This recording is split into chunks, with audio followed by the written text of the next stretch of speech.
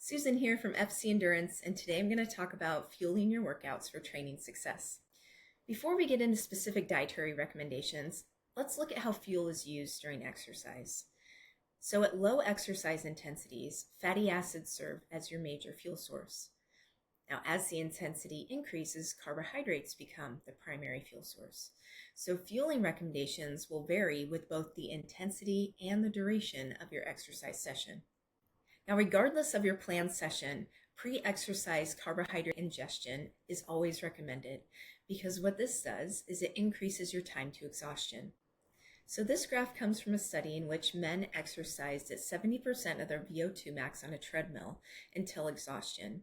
They have three different conditions.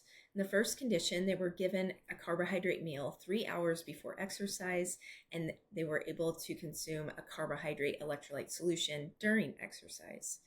In the second condition, they were given that same carbohydrate meal 3 hours before exercise, but only consumed water during exercise. And in the last condition, they were given a placebo before exercise, but only water during exercise. So what you can see here is that the average time to exhaustion in the placebo group was about 103 minutes. Those who received the carbohydrate meal but only water during exercise were able to extend that to 112, but those who received both the carbohydrate beforehand and during exercise had a time to exhaustion of about 125. So that's an increase of over 20 minutes from the placebo. So carbohydrate intake before exercising, again, significantly increases your time to exhaustion. Now, it's also been shown to reduce your rate of perceived exertion. So this graph comes from a study in which participants were either fasted before exercise or they received a low carbohydrate or high carbohydrate meal 3.5 hours before exercising.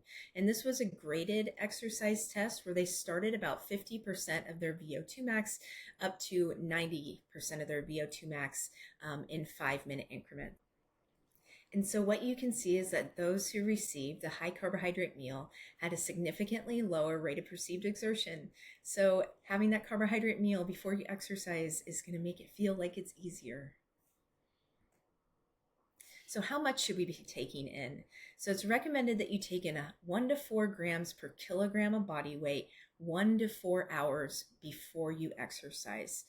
But the specific recommendations, again, are going to depend on both the duration and the intensity. Because remember, we're not going to be using carbohydrates when we're doing a low intensity exercise. Now, anything below 90 minutes, the recommendation is that you take in 1 to 2 grams per kilogram of body weight if you plan to have a low to moderate intensity session, and then 2 to 4 if it's heavy or severe. Now, over 90 minutes, these are going to increase a little bit. So now we're at 2 to 4, and then at heavy to severe, 3 to 4 grams per kilogram. So what does this look like in real numbers? So I've included a few different reference weights here in kilograms and pounds across the various intake levels. I know this doesn't cover everyone, so I've expanded this table and I've included it in a link below. Now, interestingly, the addition of fructose to your pre-exercise meal further improves your endurance capacity. So this graph comes from a study in which they took trained cyclists and they had them exercise at their first ventilatory threshold until task failure, so until they were exhausted. And what they found is if they added fructose to their pre-exercise meal, they increased their time to task failure by an average of about 7 minutes. Now, this has to do with how glucose and fructose are absorbed across the intestine. And I've made a whole nother presentation on how you can maximize your carbohydrate absorption, and I've included that in a link below. Now, when you're planning your pre-exercise meal, it's really important to consider the volume of food necessary to achieve that carbohydrate intake. This figure below shows 30 grams of carbohydrates in several different sources. And what you'll see here is that something like pasta, lentils, potatoes, that's going to be a high volume of food and not something that you're going to want to consume 1 hour before working out.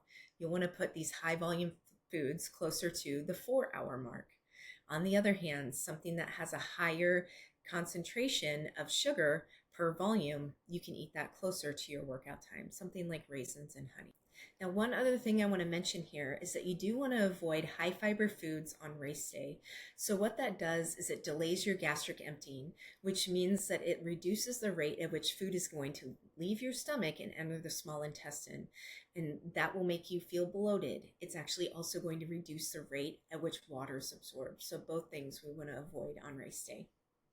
Now let's take a look at carbohydrate intake during exercise. So in general, blood glucose levels fall after liver glycogen stores are depleted. This happens on average at about 90 minutes. So if we look at this graph, we have blood glucose versus exercise time. And again, at 90 minutes, this is when our glycogen stores are depleted. You'll see a steeper curve representing a large drop in blood glucose levels. So we have two different groups represented here. This bottom group did not receive any carbohydrate during exercise, but the top group received a glucose polymer in liquid form at about 135 minutes in. And then they looked at time to fatigue. So what you'll see here is about a 40-minute difference in time to fatigue or time to failure between those who received carbohydrate during exercise versus those who only drank water. So again, carbohydrate intake during exercise, especially if it's longer than 90 minutes, translates into a sustained effort and delayed fatigue. So let's take a look at these specific recommendations. So again, they're going to vary with intensity and duration. So glycogen levels are depleted at that 90-minute mark. So if your activity is less than 90 minutes, you do not need to take in carbohydrate during that session. So you'll notice that the intensity doesn't matter. If it's less than 90 minutes, carbohydrate is not recommended. Now there are a couple notes here under heavy and severe intensity. So under heavy, it says that there's a recommendation for 30 to 60 grams per hour, but this is only if your intake was limited before that session. Now under the severe intensity, they recommend mouth rinsing, but this is more for psychological effect. So if you taste something sweet, you can actually reduce your rate of perceived exertion and push through that session. Now, if your session is longer than 90 minutes, carbohydrate is recommended, and this is your chance to train your gut.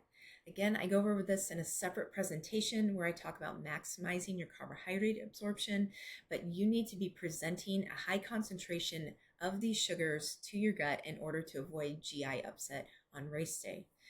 So if you have a low to moderate intensity session planned, you're looking at 30 to 90 grams per hour, and anything heavy and severe, it moves to 60 to 90 grams per hour. Now this table shows you the carbohydrate content of commonly used sports drinks, gels, and bars. Again, a combination of glucose and fructose is recommended. So what I want you to pay attention to when you're looking at your fuel is what is your carbohydrate source? Let's look at a few of these different words that may not be especially clear. If you see the word cane sugar or the word sucrose, this is actually a disaccharide, meaning it's two sugar molecules linked together. And so what it provides is one glucose and one fructose. So you have both there. But if you see something like dextrose, that's glucose only, or maltodextrin, that's a polymer of glucose and would not be providing fructose in that case. Of course, your high fructose corn syrup will be fructose only. And then if you see anything like honey or any fruit purees, you're going to have both your glucose and your fructose. Now, in general, repetitive small feedings are recommended, so these are easier to tolerate and result in less GI distress. You also need to begin consuming your carbohydrate very soon after initiating your exercise. You don't want to wait until you're exhausted. And then ingestion late in exercise really does not improve performance, especially at that 20-minute mark. What that will do, though, is help replete your glycogen stores, which takes us to our next slide on carbohydrate intake for recovery. Now, replenishing your glycogen stores after exercise can take up to 20 hours. So this is a really key point of this presentation. And this is a huge deal for those who are undergoing endurance training. So take a look at this graph. It shows muscle cell glycogen levels over the course of several days. And we have two different groups, one that consumed a low carbohydrate diet and one that consumed a high carbohydrate diet. Each one of these X's represents a bout of exercise. And so what you'll see is that after exercise, your levels are depleted. Those who have a high carbohydrate diet are able to restore those levels, whereas those on a low carbohydrate diet never reach that initial level. And what you'll see is over the course of several days on a low carbohydrate diet, you become significantly more depleted after each bout of exercise. And so there's this magic window within 2 hours after training where your muscles are able to absorb glucose at a higher rate. And so during that period, it's recommended that you have high carbohydrate intake. And often people will even recommend something that is called a high glycemic index carbohydrate. So this is something that's really readily available. This is why oftentimes after the Tour de France, if you see a cyclist get off, they might be drinking Coke, something that's really sugary. What they're doing is they're restoring their glycogen levels for the next day. Now, if you wait 4 hours, what they found is that can cut your glycogen synthesis in half. So I know that oftentimes, especially after a difficult workout, you may not immediately feel like eating, but I would encourage you to try. And what they've also found is that adding protein to that carbohydrate enhances the synthesis of glycogen further. So again, why do we care about glycogen so much? It's because it delays fatigue. And so if we look here at work time versus their initial muscle glycogen level, and we're looking again at 3 different diets, low, moderate, and high carbohydrate intake, what you'll see is that the time to exhaustion is almost tripled over those who have a low carbohydrate diet. So this is a significant increase, 60 minutes to exhaustion versus 120 in those who have a moderate carbohydrate intake versus 180 at those who have a high carbohydrate intake. Now, I want to point out that extra glycogen does not necessarily increase your speed. It just helps you maintain that effort for a longer period of time. So how much carbohydrate should we consume for recovery? The recommendation is that you have 1 to 1.2 grams per kilogram of body weight every hour for 4 hours post-exercise. Again, the combination of carbohydrate and protein enhances storage beyond carbohydrate alone. So this table here shows you different foods and beverages for post-exercise carbohydrate replenishment. Again, you want to pick something that has high carbohydrates. Consider something that is a high glycemic index, so something that would typically spike your blood sugar, and also something that has protein. So what are our best practices for fueling our workouts? First, always eat a carbohydrate-rich meal 1 to 4 hours before exercise. Second, you need to consider the duration and intensity of your exercise for fueling both before and during your session. And then finally, eat soon after exercising in order to replenish that glycogen. I hope you enjoyed this presentation and check out my other ones related to training your gut to improve your race day performance.